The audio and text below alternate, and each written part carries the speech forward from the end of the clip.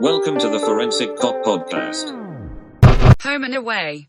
Welcome to the Forensic Cop preview show. So today we're actually going to preview the Arsenal-Liverpool game coming up on Saturday. And with us today, we have a special guest. We have Chris from Goals of Our Lives from the SoccerholicsTV YouTube channel, which is actually a side project of mine too. But Chris, welcome to the Forensic Cop show. Thank you so much. It's a pleasure to be, part of the club for a nice preview show for what should be hopefully a good game and not another 0-0. And I forgot to mention too that Chris is an avid Arsenal fan. So Klopp, please do not boo me, please. But I'm just here to provide some insight of the other side that you guys don't really care so much about. All you guys are sounding to care about is just the 3 points, I presume. Well, we care about the good game too, and I think we're safe not having a 0-0 draw because, I mean, you've seen Liverpool's defense lately, and we've seen Arsenal's defense, so I don't think 0-0 is a threat. Yeah, that is true. And we're also not playing in Anfield too, so you can guarantee that makes a difference this year. Well, it does actually. So at least we will score. I'm not sure. At least we have a chance to win. Yeah, if it was in Anfield, it's a loss for sure. But this way, Liverpool might actually win. Well, we might actually score. First of all, that's true. Why don't we start with that? Well, it depends if we put Firmino in to start or not. Oh, speaking of which, he's back in training. I heard that, and I'm really depressed about it. Why? This is part of your front three that's been dubbed the front three that's going to carry you to glory. It's done it all. But so the key word there is dubbed, right? Yeah. So I was going to pick a different word, which was done. I agree with the done. The front three has been done. They're over. It's just not working anymore. Yeah. So Chris, as an outsider, what are your thoughts on our front three, past, future, and present? I think the front three is Liverpool's response to previous front threes that have dominated Europe, such as, MSN and BBC as well.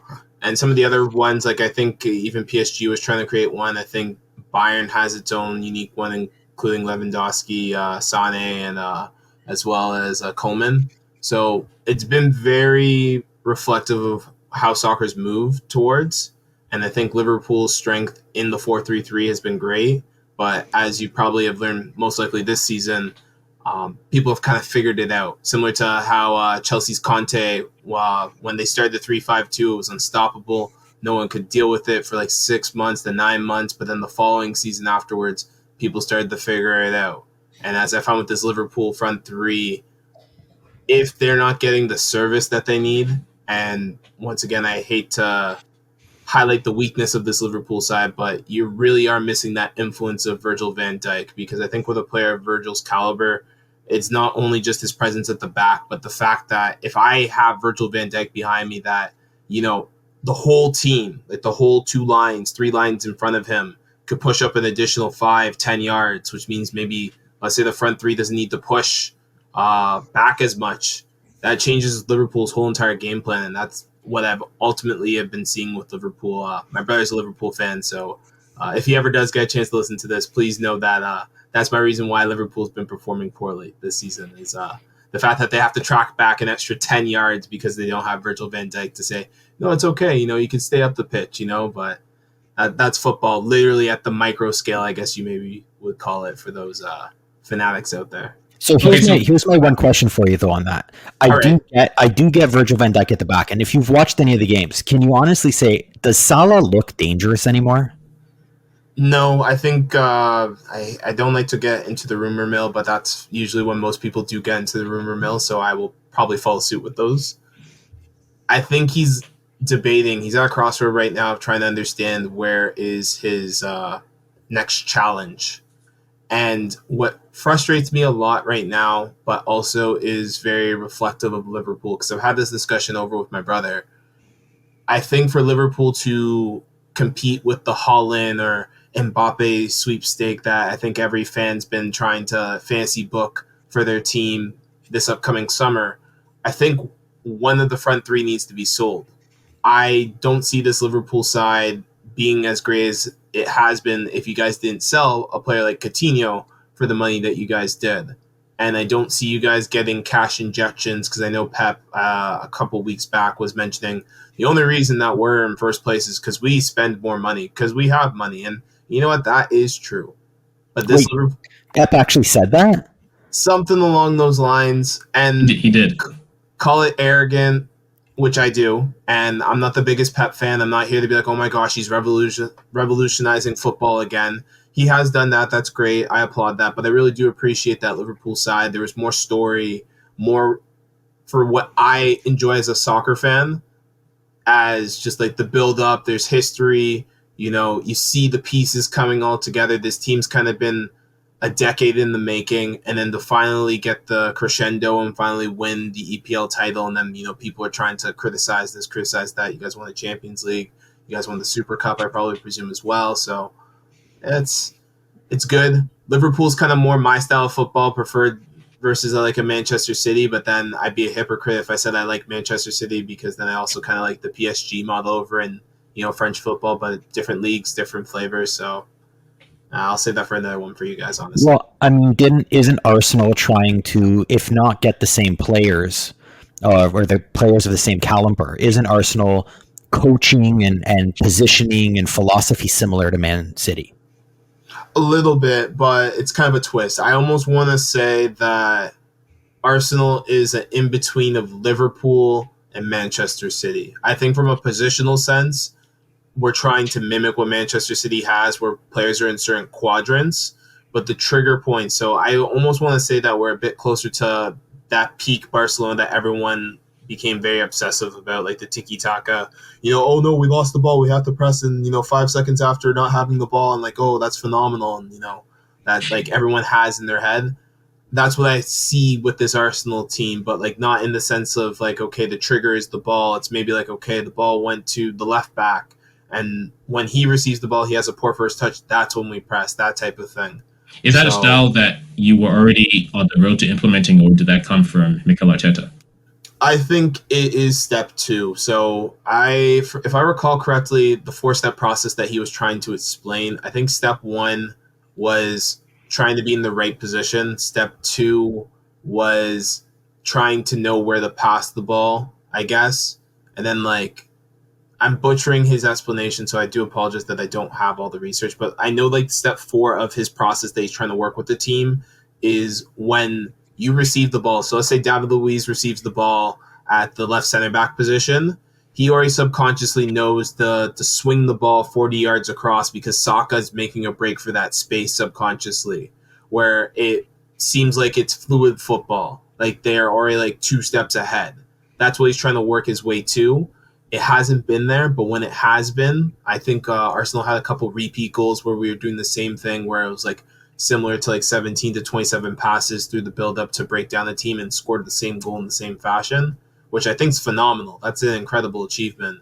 And that comes down to how you build your team from the back, which I think has been Arteta's main strategy this year, was sort out the back, sort out how the team presses from the front to protect the rest of the team when we lose the ball, and hopefully get certain players like a William or a Pepe or, you know, a Martinelli or everyone's favorite player from at least Arsenal's perspective, Saka, to like kind of have a breakout season and just try to be able to perform. Because I really do feel Arsenal was let down last season on their way to the FA Cup run from the lack of performance from the wingers.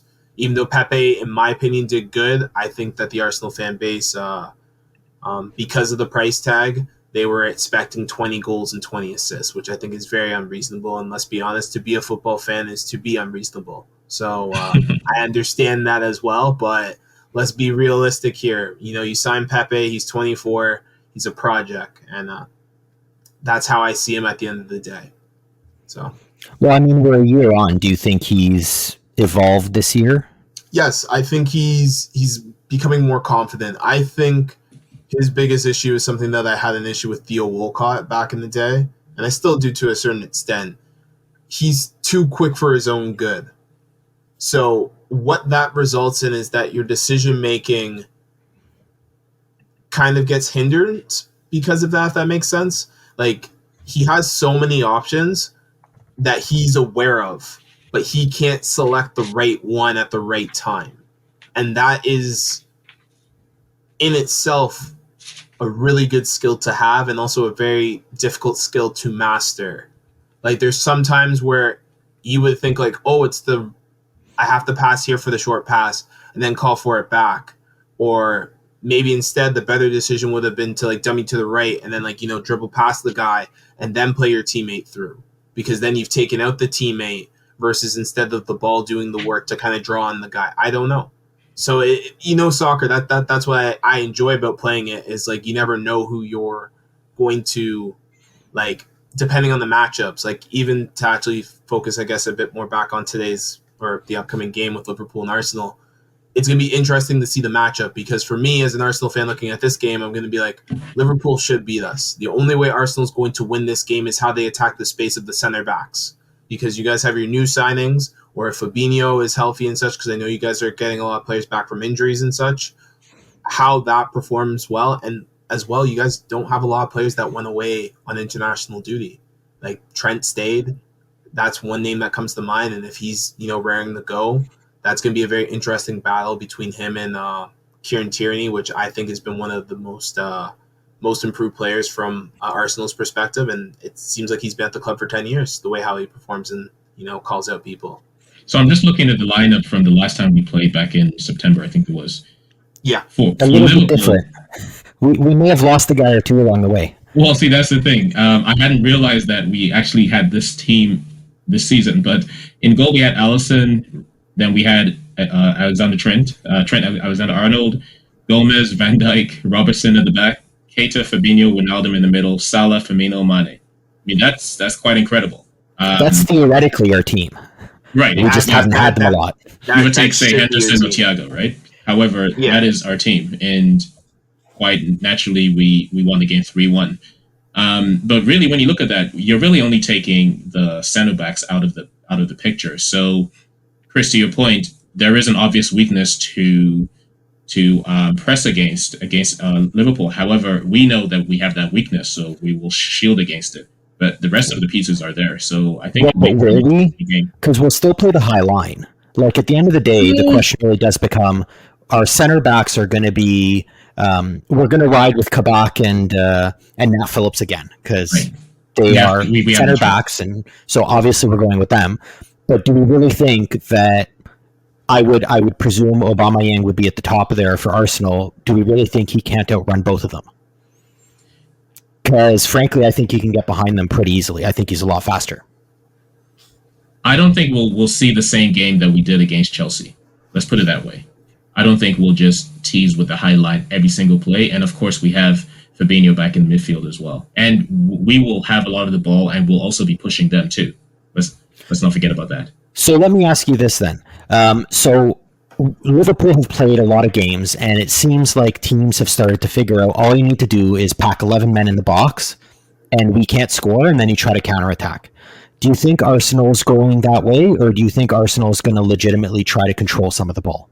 Looking back as well to that game, so before I answer your question, I'll throw out a lovely fact. So this app I'm using has broken down the last couple games of like our clubs having a matchup here.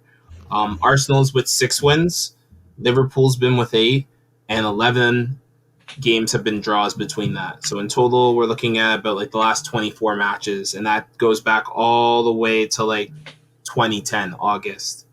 So in the league or altogether? League, FA Cups, EFL Cups, Charity Shield, and everything else. Okay. Yeah. So looking at that, obviously I would prefer the favor Liverpool, even though I'm an Arsenal fan here. Because for me, at the end of the day, like when I look at both respective clubs, the Premier League position doesn't really matter too much to me, personally speaking. I don't speak for all Arsenal fans. I'm only speaking for myself. I am only caring about Arsenal in Europa League. And I'm very grateful that they beat Tottenham. But looking here at this match, I do see Arsenal maybe setting up maybe for a draw, even though it is a home game. So I can see them playing 3 at the back, but if they're ambitious and if they are well rested after the international break, they are wanting to capitalize off of the recent derby win, I do see them going with a similar lineup to what they went with against Tottenham for the success. And the issue that you may have here is that you mentioned Aubameyang, but I think Lacazette's going through the middle. Because what I can see is Lacazette drawing the attention of both your center backs and the wingers from the outside positions going to attack the space that the center backs are being drawn from. Or an overlap, for instance, if Saka goes deep and capitalizes on the fact that your fullbacks will be pushing up high to create that width for you guys to be as dynamic and dangerous going forward. I definitely can see Arsenal exploiting that. So I don't want to necessarily say that we'll be packing 10 people in the box. It all depends if Liverpool's comfortable with the ball in possession, personally speaking, because I've also seen some teams this season as well, when I've gone over to watch my brother, tell me like, yo, Liverpool's going to win this game, or, I'm really worried about this game. Like the United versus Liverpool game comes to mind. I felt like in some of those games, teams gave Liverpool the ball, because I almost want to feel Liverpool wants the other team to have the ball. You press the ball and win it high up the pitch, so then you guys can maintain your high pressure to, counterattack and go direct to goal. But I feel if you guys have the ball and you guys don't have that technical midfield, I'm not sure what your group's opinion has been on Thiago for you guys, but if you guys do have him in the lineup and he's not injured, I think you guys could deal and handle with that possession, as long as you guys can get around the Arsenal press, personally. Well, I mean, in my mind, I'm really worried this is going to turn into another Chelsea game. So to your point of, is Arsenal going to be happy walking away with a draw? It feels similar to the Chelsea game, where Chelsea would have been happy walking away with the draw, and you could tell. And it was just a cherry on top that they stole a goal. Yeah. And I could very much see this happening again. And isn't that frustrating? I don't know. It's been a while since we've played a game. It's been a few weeks, but I suspect that the next couple of games for Liverpool will see us come out of that funk of not being able to get shots on target and score goals, and then teams will change their mindset and no longer try to just defend and allow us to have the ball. You could call that wishful thinking, but I also don't think that Arsenal defends that solidly as a team as well. It honestly depends. Like, if David Luiz is in the back line, I know he provides a lot of experience and he's a good quarterback to build the attacks going forward. But I hate to say this because everyone else says it, but he does need three guys. He needs to be in like a 3 center back setup to really be protected, so that way he could be that quarterback and then he's lessened some of that defensive responsibility. Because I take into account, like, when I'm playing soccer, for instance, when I'm playing soccer and there's like 4 people in the back line, that means you each have to cover 25% of the pitch. But if you have 5 people in the back line, you're down to 20%. That means you have to run 5% less. And for a player like David Luiz, I feel if you give him additional responsibility, especially if your fullback's making the overlaps and everything else, that minimizing the space that you need to be responsible with and just having the numbers back there, I think is very important. Now, as I said before, I don't want us to have 10 guys, behind the ball playing with Liverpool, because I think we're playing almost into your hand, I would like to say, because I would like to expect that Liverpool has learned to deal with a deep block, because that is their kryptonite. And if you guys don't have a plan B for that, well, I think Arsenal may walk away with the 3 points. And they've had 2 or 3 weeks to work on that, right? Which is, well, they have. The other thing is, and again, no offense to Arsenal, but David Luiz is what David Luiz is, which is, if Salah, Mane, I'm assuming Firmino's not going to start, and Jota. Salah, I wouldn't be surprised if he starts, knowing Klopp. Oh, that'd be depressing. He's been there in training. David Luiz against Salah or Mane, if they can get inside a bit and come right at him, I see him giving up a penalty shot. Like, he knows he can't keep up with them, and he's a smart guy, but he also seems to be kind of a bit of a magnet for that stuff. So I could potentially see Liverpool walking away with a 1-0 out of a penalty shot, because David Luiz just got beat and knew and had to pull him down. Yeah, I can see that. For me, and this is a bit more of a shift of comparison. So Arsenal, after this match, they go to Europa League. Liverpool, after this match, they go to Champions League. And when you usually have a European game after a big match in the Premier League, now we got a question. Do you think Klopp is going to be focused on this match against Arsenal? Especially if the league title's gone. I know you guys are maybe still fighting for top 4. I'm looking at the table here. You guys are about 5 points off of Chelsea. I think this is obviously a must-win game because you want to do good on all the competitions that you're still involved in. And the one competition you rarely ever drop out of is the Premier League because, it's a marathon. And I know you guys had a big slip-up. Wasn't your fault. Just, for me, the slip-up happened because of burnout. You guys can't perform as a well-oiled machine. This isn't a video game. Eventually, you're going to break down.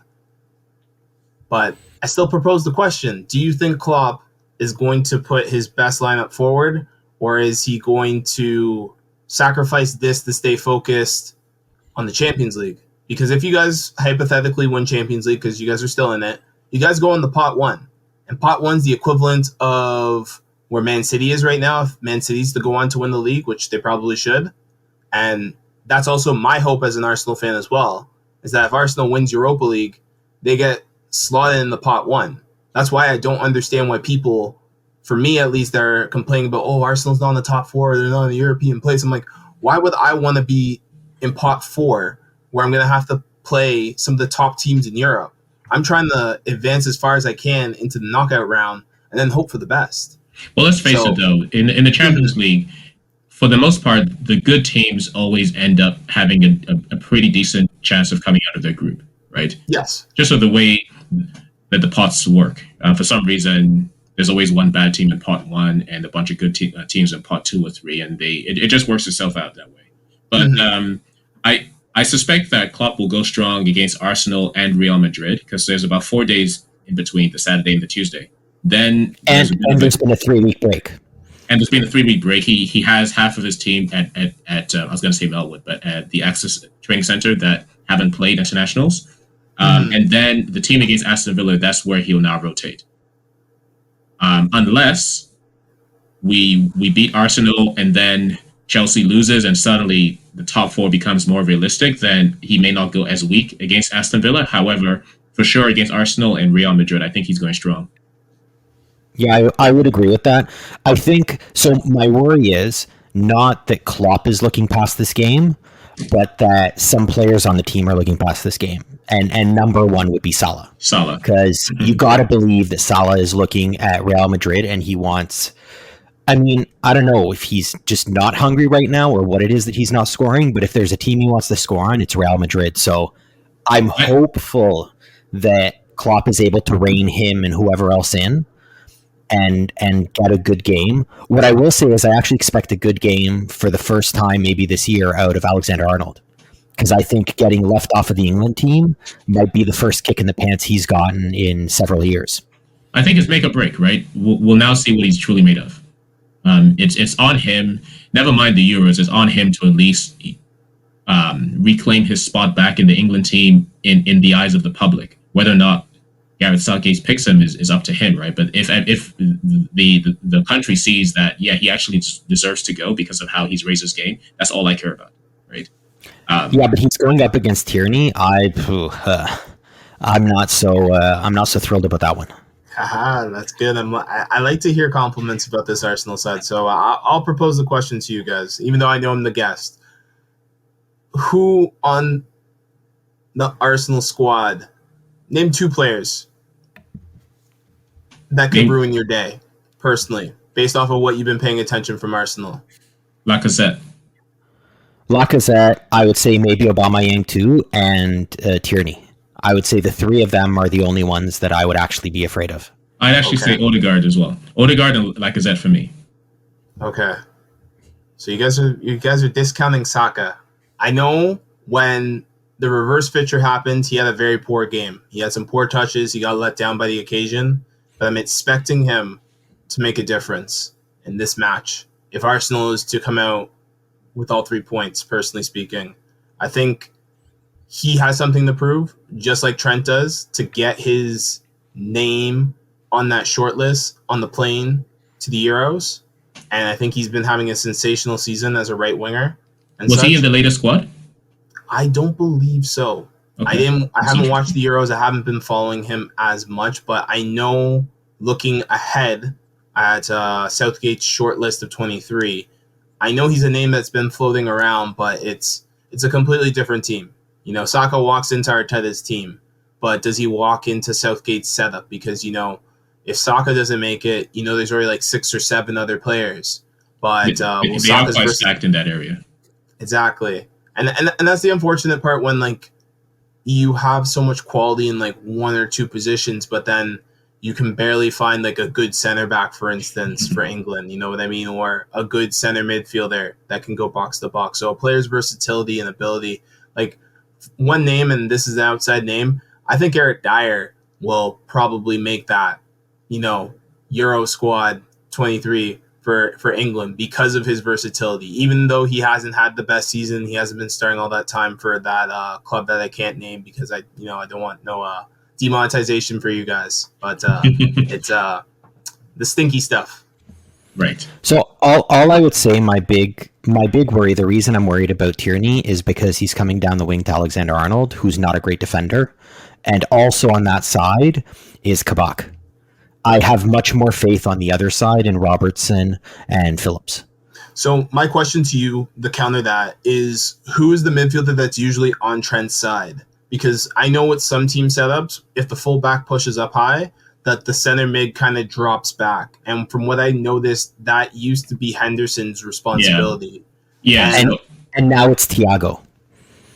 And that's why I think, in correlation to why Trent's being exposed more, I think that's why. Because So I would totally agree with you, but I've actually watched the last few games, and I would honestly say that that it on that side, I don't know. So I know when he plays in like the Fabinho position in the defensive midfield, yeah, he's not as good. Like Thiago just doesn't seem to have it. But when he's been playing where Henderson's been playing, Thiago's actually been like, sometimes he's the first midfielder back.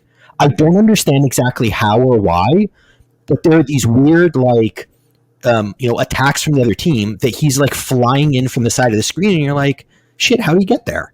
Like he's actually seems to have an interesting, like, good decision making to get back when he's in that position. In the middle of the midfield, not as much. So the last few games, I've actually been impressed. One concern, though, with him on that side, if we look back, he has been accountable for several close call penalty/fouls, right, from that area. And Trent certainly hasn't helped in those situations, but I have noticed that Thiago does he does give away 1 or 2 silly fouls against the more fleet-footed attackers. Oh, I mean, he's getting a yellow outside the box. We already know that. Like, I think all 3 of us can agree Thiago will get a yellow on a shot, like on a foul no further than like 22 feet outside. It might be in the box in a penalty shot. Hopefully it's outside. But I'm totally expecting that. That's just his thing. Okay, I can see that. I'm going to propose something that I can't believe I didn't propose last time.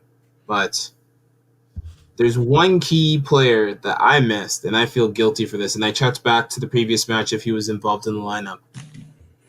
But he'll give me a reason to party, and his name is Thomas. And I think he'll be the difference in the midfield this time. I think Arsenal's midfield is going to have that type of weight that it didn't have, that type of solidity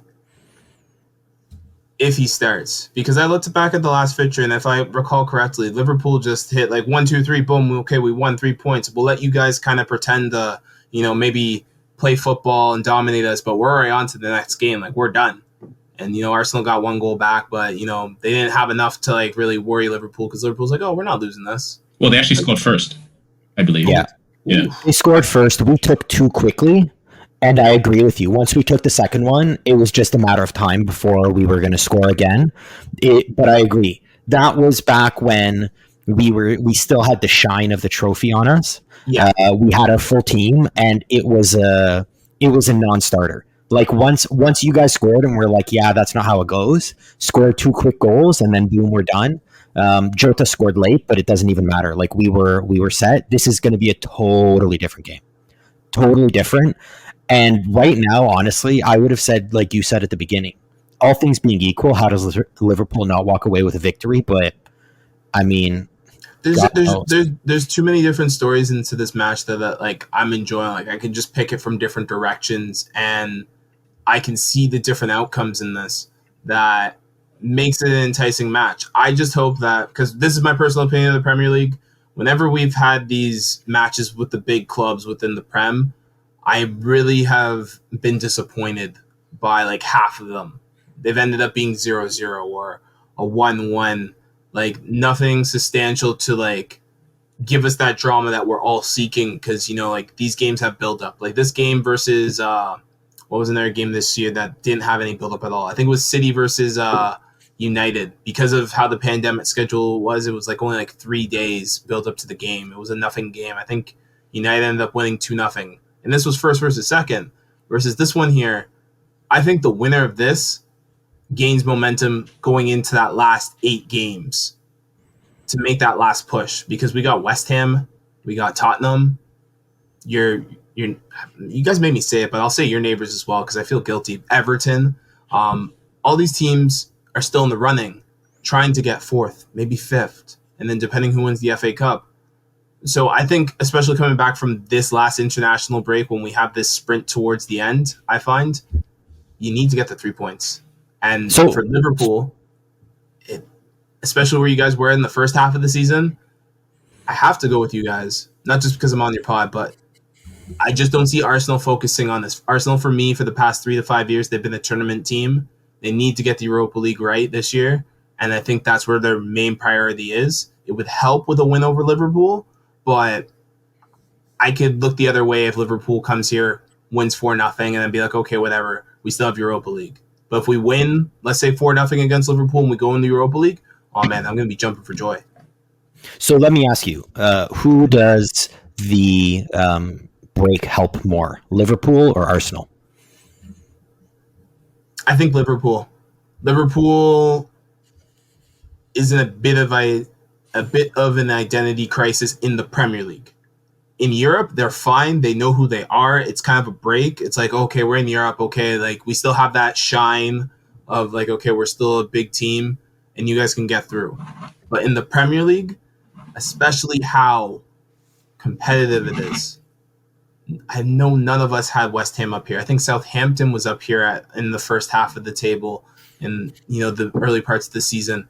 You just don't know what you're going to get. But now that we kind of have some teams solidifying where they're going to be, and, you know, still some unlikely names where they are, I think Liverpool needs to climb their way back up, because look, you know, going on that little tailspin that you guys did, it was crazy. It was like 2 weeks. You guys went from 1st to 5th. Like how? It's in a tight league. So, I mean, I guess, so I think we can all agree Liverpool is probably going to get a bit more of a gain from the break. Yes. The one caveat to that is Liverpool always seems disorganized after, like they seem all over the place after a break. I still remember every time Klopp takes them to like a training session in Spain or wherever he goes, they always come back and they look super weird for a game. So I actually don't know if that's what we're going to get this weekend or not. I hope you guys don't get it, because for me, as a neutral, looking at this game, and not as an Arsenal fan, but as a neutral, I want this to be a good match. I want this to be a 4-3. I want this to be a good game to get people excited for the Premier League again. What I don't want is two managers to come out cautiously, looking ahead at their European matchup, thinking this game's more important. As a fan, you want to know that your manager is taking every game seriously. And this is a big one. It is. So I guess let me ask all three of us. So what do we think final score is in this one? I'm gonna take Liverpool 2-1. I'm taking Liverpool 2-0. I'm an Arsenal fan. I got to do it. I take Arsenal 3-1. We're going to get you guys back for what you guys did before. Okay, so only time will tell. So the game's coming this Saturday, Arsenal versus Liverpool, and we have 2-1, 2-0, 1-3 against. Thanks, Chris. Thanks for joining us. And no problem, guys. Thanks for joining us, and hopefully it's an exciting game for all of us to watch. Of course. It's the Premier League, the most entertaining league in the world. For more stories, analysis, and articles, go to the ForensicCop.com website.